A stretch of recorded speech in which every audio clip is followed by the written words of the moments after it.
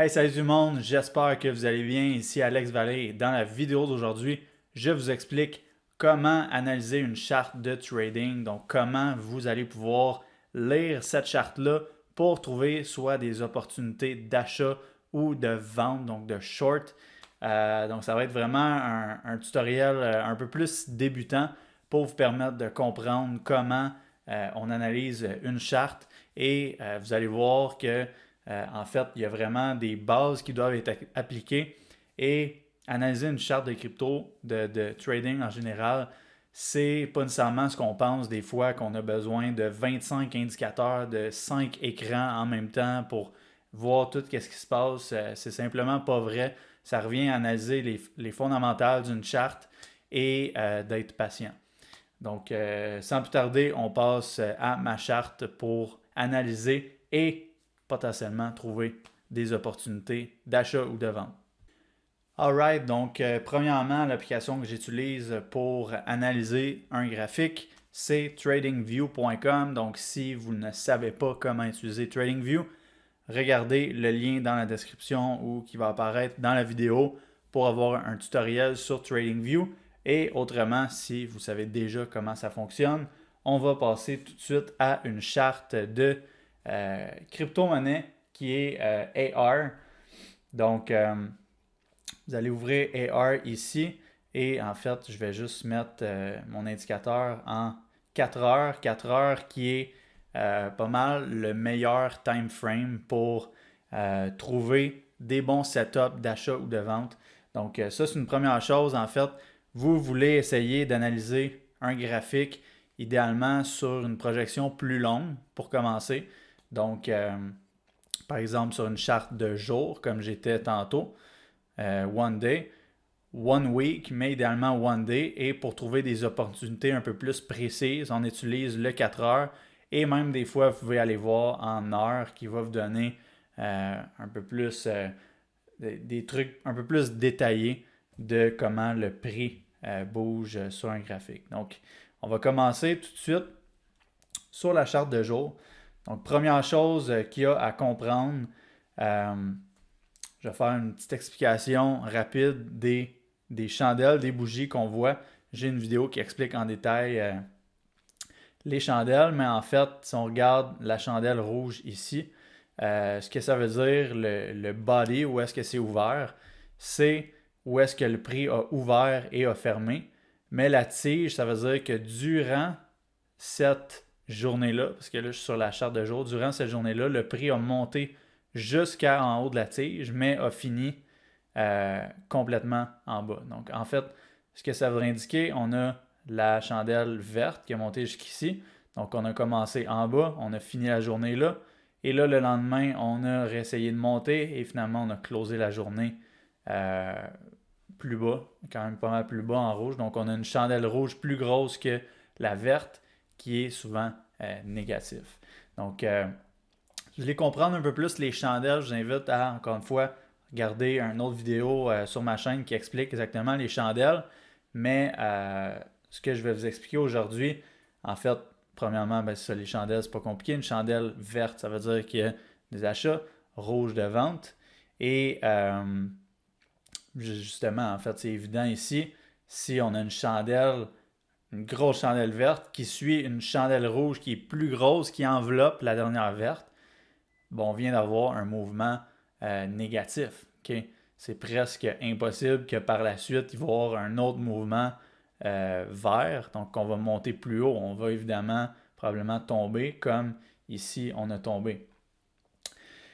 Donc, en fait, les bases que vous avez besoin pour trouver des bons setups de trading, vous allez aller dans Indicateurs. La première chose que vous allez mettre, c'est le Relative Strength Index. OK? Donc ça, c'est ça ici. Et la deuxième chose que vous allez mettre, c'est le MFI, qui est le Money Flow Index. Je ne vais pas vous expliquer en détail c'est quoi ces indicateurs-là, mais en fait, quand ces indicateurs-là sont dans le haut, ça veut dire qu'il y a eu énormément de volume d'achat et on est, ce qu'on dit en anglais, overbought, donc suracheté. Puis en comparaison, si on est en bas, on est extrêmement vendu. Donc il y a énormément de volume de vente. Et normalement, quand on extensionne et qu'on touche complètement le bas, où est-ce qu'il y a la ligne blanche ici, il va avoir ces signes qu'il va potentiellement avoir très bientôt un reversal. Okay? Donc, par exemple, on touche le bas, mais il va y avoir un mouvement vers le haut, comme qu'on peut voir ici. Vous voyez, on a touché le bas sur les deux et on a eu un mouvement vers le haut. On a touché le haut ici, on a eu un mouvement vers le bas. Et avec ça, une chose qui est importante à comprendre, c'est que si on touche le haut, donc par exemple, on se promenait comme ça ici dans le centre et hop, là on a touché le haut, ça veut, dans la majorité des cas, si je mets la charte de 4 heures, ça veut dire que on cherche à potentiellement avoir des niveaux plus hauts. Parce que ça l'a signalé qu'il y a énormément d'acheteurs dans le marché. En comparaison, si on touche le bas ici, le marché est bearish. On va regarder à trouver des opportunités de short parce qu'on a eu un énorme volume de vente. Donc, vous voyez ici, justement, on a touché la zone complètement en haut pour finalement toucher la zone en bas. Et qu'est-ce qui est arrivé après? On a continué à descendre. OK? Et là, finalement, ici, on a touché la section, j'appelle la section verte en haut parce que j'ai un indicateur personnel qui, en haut, c'est la ligne verte, en bas, la ligne rouge. Donc, rouge pour un volume de vente, vert pour un volume d'achat. Donc, quand je dis vert, rouge, mais ça veut simplement dire ça. Donc, ça, c'est les premiers deux indicateurs que vous avez 100% de besoin pour trouver des bonnes opportunités. Et ensuite de ça, vous allez ajouter les EMA 20, 50, 100, 200. Ça, c'est les Exponential Moving Average. Ça va vous donner une idée du prix moyen, en fait, le mouvement du prix. Et ce qui est intéressant, par exemple, on la met sur la charte de jour, ben, on a le 20 en rouge qui est la moyenne du prix sur 20 jours, la moyenne du prix sur 50, 100, 200 jours. Et très souvent, ces indicateurs-là, ça va agir soit de résistance ou de support. Donc, ça m'amène à parler, c'est quoi les zones de support-résistance? Ben, par exemple, ici, on est monté au-dessus de ces lignes-là. Ben, ces deux niveaux-là de 20 et 50 jours agiraient en support parce qu'on a monté par-dessus. Tandis que si on est en dessous, vous voyez ici, on a essayé de passer par-dessus la 100 jours et malgré la wick qui a essayé de monter haut, on a closé la journée en bas. Et vous voyez, on n'était pas capable. On a essayé une fois, deux fois, trois fois, quatre fois pour finalement descendre plus bas. Donc les EMA, c'est vraiment important aussi. Et en termes d'indicateurs, c'est vraiment juste ça que vous avez besoin pour trouver des bons setups. Il y en a d'autres, mais c'est les deux principaux que vous devez utiliser. Donc ensuite de ça, que vous avez ces deux indicateurs-là qui vous permettent de voir vraiment vite si on va avoir un volume de vente ou d'achat, de short ou de long. Donc quand on fait un long, c'est qu'on achète, le prix va monter. Quand on short, c'est que le prix va descendre. Donc ensuite de ça, ce que vous devez faire, c'est trouver les zones de support-résistance. Donc par exemple, une zone de support, c'est on va commencer par ici, une zone de résistance. Vous voyez ici le prix qui a monté. Ici, on est redescendu. Et là, on a remonté finalement exactement à ce niveau-là et on n'a pas réussi à passer par-dessus et on a retombé. Ben ça ici, c'est une zone de résistance. Et si on passerait au-dessus de cette zone-là, ça deviendrait un support parce qu'on est rendu par-dessus. Donc là, on pourrait juger que quand on va plus loin dans le graphique, si on est toujours au-dessus, mais ça va agir de support si le prix tombe. Donc ça, c'est vraiment la grosse partie que vous devez devenir bon. Et même, vous voyez ici, on a descendu, on est supporté. Donc ici, c'est une très, très grosse zone de support-résistance. En haut ici,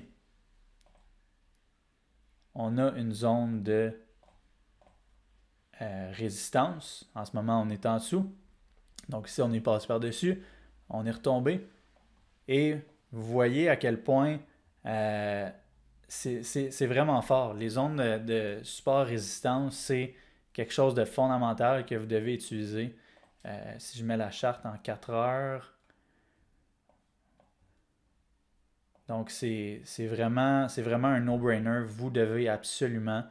Donc vous voyez ici, on a eu une zone. Donc en ce moment ici, c'est toutes des zones de résistance parce que là, le prix est plus bas. OK? Et là, j'en mets vraiment des plus larges, mais vous pouvez en mettre des plus serrés. OK? Donc là, par exemple, ici, si on regarde en ce moment sur cette charte-là, au moment où on se parle, on a ici une zone de résistance qu'on a essayé de briser 2 fois. Donc ça m'amène à parler de les formations qu'on a souvent qui se répètent. Ici, on a un double top. OK? Ça, c'est souvent bearish. Donc, on peut avoir des doubles tops, des triples tops. Ça veut dire que le prix a réessayé de briser cette structure de résistance-là et n'a pas réussi. Donc, ça, souvent, ça peut indiquer qu'on va tomber. Et là, ce qu'il y a à faire, c'est de mettre le plus d'indicateurs possible en votre faveur. Donc, par exemple, si on serait ici, mais comme vous voyez, le MFI, le RSI ne sont pas complètement en haut. Donc, oui, on a redescendu suite à cette deuxième rejection-là, mais puisque ces indicateurs-là en bas ne sont pas complètement dans le haut, moi, ça ne m'indique pas nécessairement qu'on va redescendre au niveau complètement en bas ici, qui agit maintenant de zone de support. Par contre, si on aurait touché en haut ici et qu'on aurait eu une belle grosse chandelle rouge, là, on aurait pu dire, OK, juste en dessous de cette zone-là, après une confirmation d'une grosse chandelle rouge, je pourrais ouvrir un short jusqu'à potentiellement la zone de support en bas ici. Parce que là, vous voyez, on se promène dans un range comme ça ici. Vous voyez, jusqu'à temps qu'on va potentiellement briser vers le haut.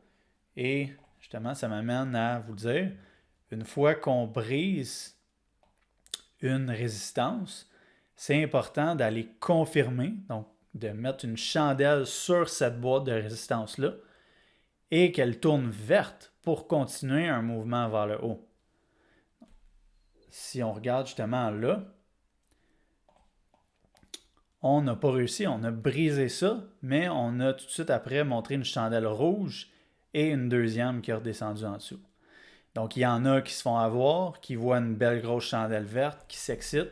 Et ce que vous devez faire, c'est vraiment attendre que la chandelle ferme. Donc là, on est en 4 heures. Vous devez vraiment attendre une confirmation. Si vous vous excitez parce qu'il y a une chandelle verte, ça ne veut absolument rien dire. Vous voyez le monde ici qui se sont fait avoir et que ça l'a finalement retombé. C'est exactement ça. Donc, c'est ça pour les zones de support-résistance. Donc là, on a vu à quel point là, il y a des formations qui se créent, des double tops, des triple tops. Donc, je ne parlerai pas de toutes les formations. On a souvent aussi des head and shoulder. Donc, head and shoulder. Ici, on pourrait dire que c'est un head and shoulder. C'est vraiment, comme on dit, head et shoulder. Donc, si la tête est en haut, donc vous voyez, là, on aurait une formation de tête. On a les shoulders, les épaules ici. Et ça, ce que ça veut dire, c'est... ça veut dire qu'il va y avoir un mouvement vers le bas. Donc, si ça serait inversé, que la tête serait en bas et que les shoulders seraient dans le sens contraire, ça voudrait dire qu'il pourrait y avoir potentiellement un mouvement vers le haut. Mais attention, vous devez confirmer le neckline qu'on appelle.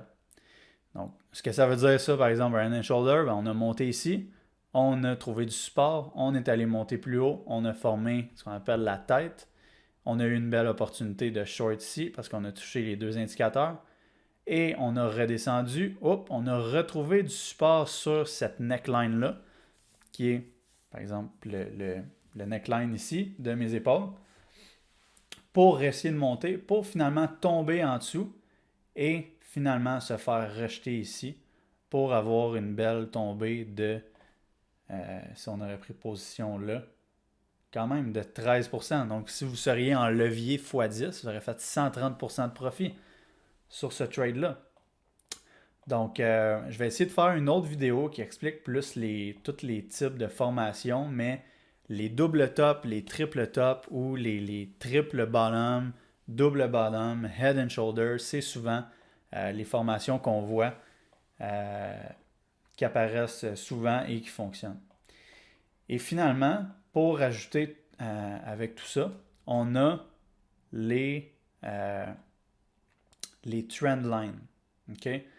C'est quoi une trend line? C'est en fait une zone où le prix a touché minimum 3 fois dans votre charte. Okay?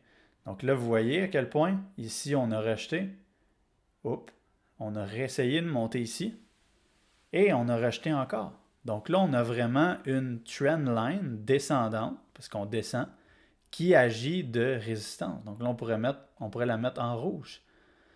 Donc, vous n'avez pas nécessairement besoin d'en tracer partout, une ici, une là, c'est subjectif. Vous voulez essayer de les tracer plus sur plus sur l'horizon. Donc, vous voyez là, du 25 août au 23 septembre. Donc, vraiment sur une charte plus éloignée. Et là, vous voyez en bas ici, on a aussi, je vais juste les mettre en blanche pour qu'on les voit mieux.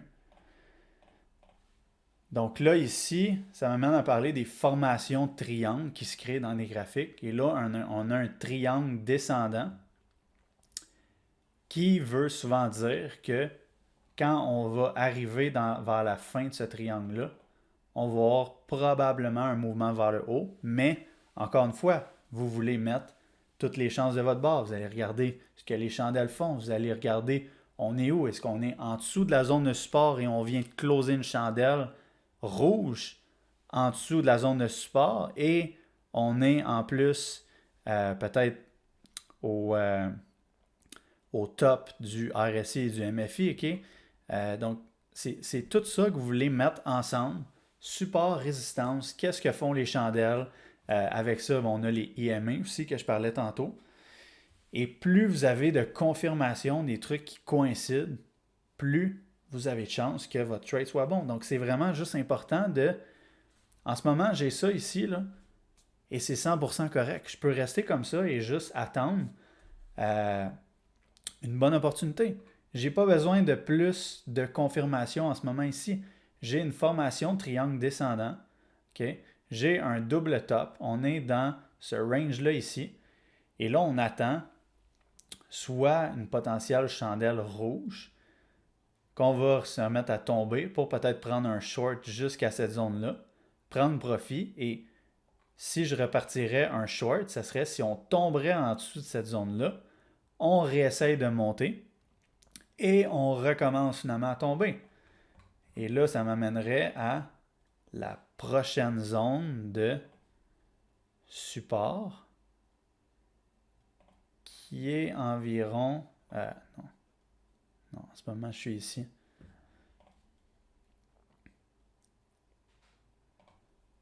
Qui est environ ici. OK? Donc là, si on tomberait en dessous de ça, je prends une entrée là, ben on aurait potentiellement un mouvement de 5-6%. Donc, vous comprenez la game, c'est pas... Vous n'avez pas besoin de 10 écrans. Vous n'avez pas... Oui, avec ça, des fois, il y a des nouvelles qui sortent. Il y a quand même des trucs un peu plus techniques. Mais majoritairement du temps, analyser une charte de crypto, c'est simplement ça. Vous tracez des trend lines, vous allez voir des formations de triangles et tout ça. Une confirmation vers le haut, ça serait quoi? Donc, on va monter au-dessus de cette ligne-là et au-dessus de la résistance pour montrer une chandelle verte qui confirme qu'on est prêt pour un mouvement vers le haut. Mais avec ça, on doit considérer qu'il y a eu quand même cette zone de résistance-là. Donc, si vous prenez une position de long, par exemple, ça brise au-dessus de ça, vous devez, par exemple, on prend une position ici, vous devez considérer potentiellement prendre profit dans cette zone-là ou prendre un 50% de profit. Ou quand vous confirmez le mouvement vers le haut et que ça monte, ben vous mettez un ordre de vente à votre prix d'achat pour éviter que vous perdiez de l'argent, mais dans le sens que le prix peut retomber. Donc, si vous ne prenez pas profit, vous devez considérer que le prix peut monter là, mais il peut redescendre. OK? Donc, c'est vraiment juste ça. C'est vraiment juste ça. Et même moi, personnellement, pendant longtemps, je voyais les chartes, je connaissais quand même un peu ça, puis je me disais, ah, mais c'est tellement compliqué de trader. Il y a tellement de choses. Puis là, je voyais les gens avec 10 écrans qui suivent plein de choses en même temps. Oui, si vous êtes un trader ultra professionnel qui trade des stocks, des cryptos, des forex et qui suit plein de choses en même temps, oui, mais en tant que tel, vous avez simplement besoin des lignes de trendline. Je vais en mettre par exemple une autre ici, juste une dernière. Donc vous voyez, là on est en bear market. Par exemple là, du top